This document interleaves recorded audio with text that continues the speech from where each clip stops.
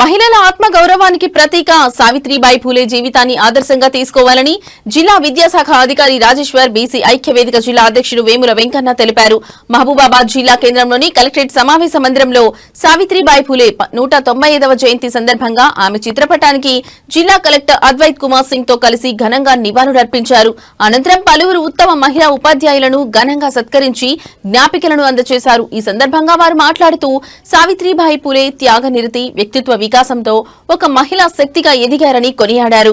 పురుషులతో సమానంగా మహిళలు అన్ని రంగాల్లో రాణిస్తున్నారంటే సావిత్రిబాయి ఆనాటి సాహసోపేతమైన పోరాటంతోనే సాధ్యమైందని అన్నారు.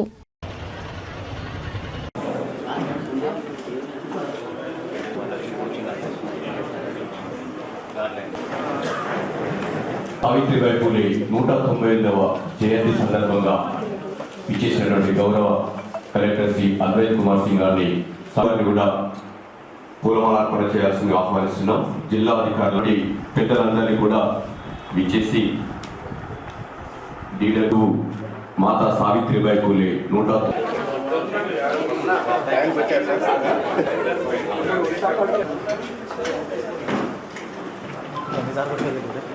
జెడ్పీహెచ్ఎస్ మునగలవేడు గారిని గౌరవనీయులు కలెక్టర్ సావిత్రిబాయి పూలే యొక్క ఆదర్శాన్ని ముందుకు జెడ్పీహెచ్ఎస్ మునగలవేడు నెల్లికుదురు మండలి. ఈరోజు సావిత్రిబాయి పూలే గారి జయంతి సందర్భంగా ప్రభుత్వ ఉత్తర్వుల మేరకు మహబూబాబాద్ జిల్లా శాఖ పక్షాన కార్యక్రమం నిర్వహించడం జరిగింది.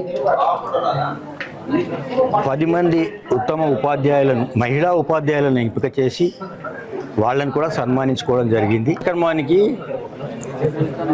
మన జిల్లా కలెక్టర్ గారు, additional collector local body, additional collector revenue గారు అందరూ హాజరై ఈ కార్యక్రమంలో పాల్గొన్నారు.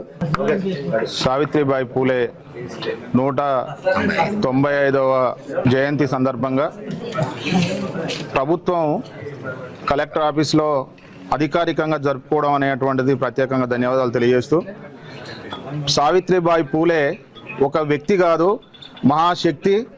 మహారాష్ట్రలో పుట్టి అంటే మహిళలను అంటే భారతదేశంలో మహిళలు అనేటువంటిది దరిదాపుగా ఒక గృహిణిగా చూసేటువంటి, బానిసలుగా చూసేటువంటి ఈ సమాజంలో సావిత్రిబాయి పూలే గారు ఈ మహిళలందరినీ కూడా మహాశక్తిగా మార్చడం కోసం, వాళ్ళను విద్యావంతులుగా చేయడం కోసం అప్పట్లోనే అనేక రకాల అవమానాలు భరించినటువంటి సందర్భాలు.